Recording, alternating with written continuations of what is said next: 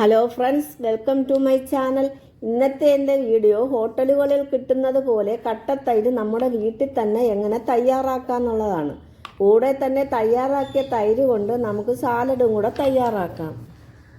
വീട്ടിൽ തയ്യാറാക്കുന്ന തൈര് എങ്ങനെയൊക്കെ നോക്കിയിട്ടും ഹോട്ടലിൽ നിന്നും കിട്ടുന്നത് പോലെ കട്ടത്തൈര് കിട്ടുന്നില്ലെന്നാണ് പലരും പറയുന്നത്.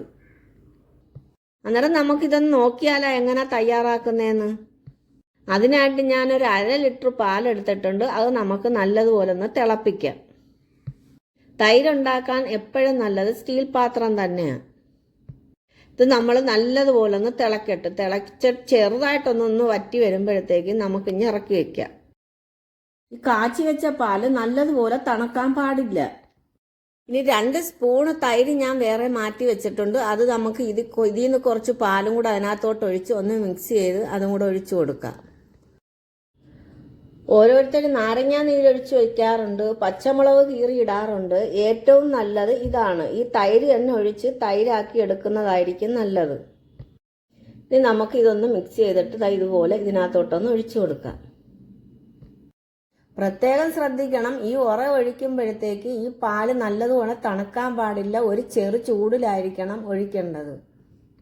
ഇനി ഇത് നല്ലതുപോലെ ഒന്ന് മിക്സ് ചെയ്ത് കൊടുക്കുക. ഇനി ഞാനിത് ഇറക്കി വെക്കുന്നത് റൈസ് കുക്കറിനകത്താണ്. ചോറ് വെച്ചിട്ട് ചൂടാറാകാതിരിക്കാൻ ഇതിൽ ഞാൻ ചോറ് ഇറക്കി വെച്ചിട്ടുണ്ട്. അതുകൊണ്ട് അതിലും കുറച്ച് ചൂടുണ്ട്. ഇതിലിരിക്കുന്ന ചോറും കലവും എടുത്ത് മാറ്റിയിട്ട് നമുക്ക് ആ പാത്രം ഇങ്ങോട്ട് ഇറക്കി വെക്കാം.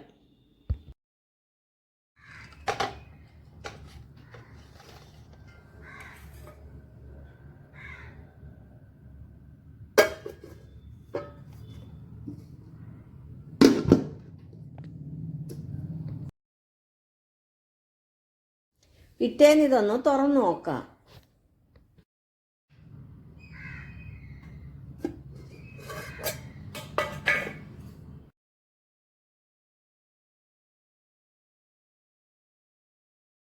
ഹോട്ടലുകളിൽ നിന്നും കിട്ടുന്നതിനേക്കാളും നല്ലതുപോലെ നല്ല പെർഫെക്റ്റായി വന്നിട്ടുണ്ട്. ഒരു കാര്യം നമ്മൾ പ്രത്യേകം ശ്രദ്ധിക്കണം, തണുപ്പില്ലാത്ത തൈരായിരിക്കണം ഉറയൊഴിക്കാൻ എടുക്കേണ്ടത്. ഫ്രിഡ്ജിൽ വെച്ച തൈരാണെങ്കിൽ തണുപ്പ് മാറിയിട്ടായിരിക്കണം ഇതിലൊഴിക്കേണ്ടത്. ഇനി ഇത് നമുക്ക് ഇതിൽ നിന്നെടുത്ത് സാലഡ് തയ്യാറാക്കാം. കുറച്ച് ഉപ്പ് നീരൊഴിച്ചു കൊടുക്കാം. കുറച്ച് ചുവന്നുള്ളി ഇട്ട് കൊടുക്കുക. ഇഞ്ചി ചതച്ചത് ഇട്ട് കൊടുക്കുക ആവശ്യത്തിന്. അരിഞ്ഞു വെച്ചേക്കുന്ന പച്ചമുളക് ഇട്ട് കൊടുക്കുക. വറ്റൽ മുളക് ചതച്ചതും കൂടി ഇട്ട് കൊടുക്കുക. ഒരൈറ്റം സാലഡ് തയ്യാറായി.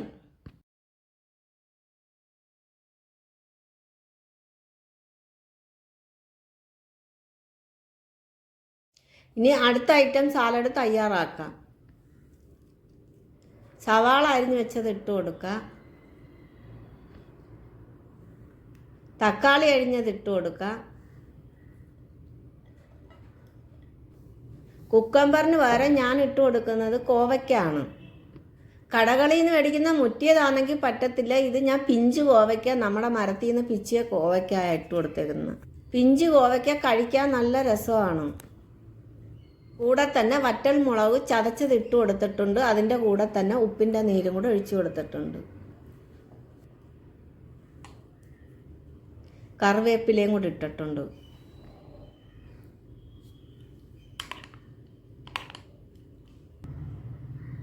കോവയ്ക്കൊക്കെ ഇതുപോലെ പിഞ്ച് കോവയ്ക്ക പിച്ചി ഇട്ട് കൊടുക്കുമ്പം കഴിക്കാൻ നല്ല രസമാണ്. കടകളിൽ നിന്ന് മേടിക്കുമ്പോൾ മുറ്റിയതല്ലേ കിട്ടും. ഇനി നമുക്ക് അടുത്തത് തയ്യാറാക്കാം.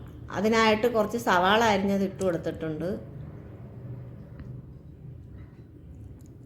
മുട്ടക്കോസും ബീട്രൂട്ടും ക്യാരറ്റും തോരൻ വയ്ക്കാൻ വേവിച്ചപ്പോൾ അരപ്പിടുന്നതിന് മുമ്പ് കുറച്ച് കോരി മാറ്റിവെച്ച് അതും ഇതിലേക്ക് ഇട്ട് കൊടുക്കാം.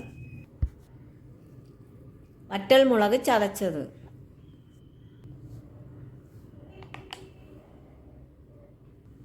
ആവശ്യത്തിന് ഉപ്പ്. ഈ വീഡിയോ നിങ്ങൾക്ക് എല്ലാവർക്കും ഇഷ്ടമായെന്ന് വിചാരിക്കുന്നു. ഇഷ്ടമായെങ്കിൽ ലൈക്കും കമൻറ്റും ഒക്കെ ചെയ്ത് ഒന്ന് സപ്പോർട്ട് ചെയ്യണേ. കൂടെ നിങ്ങളെ പ്രിയപ്പെട്ടവരിലേക്കും എത്തിക്കാൻ ശ്രമിക്കുക.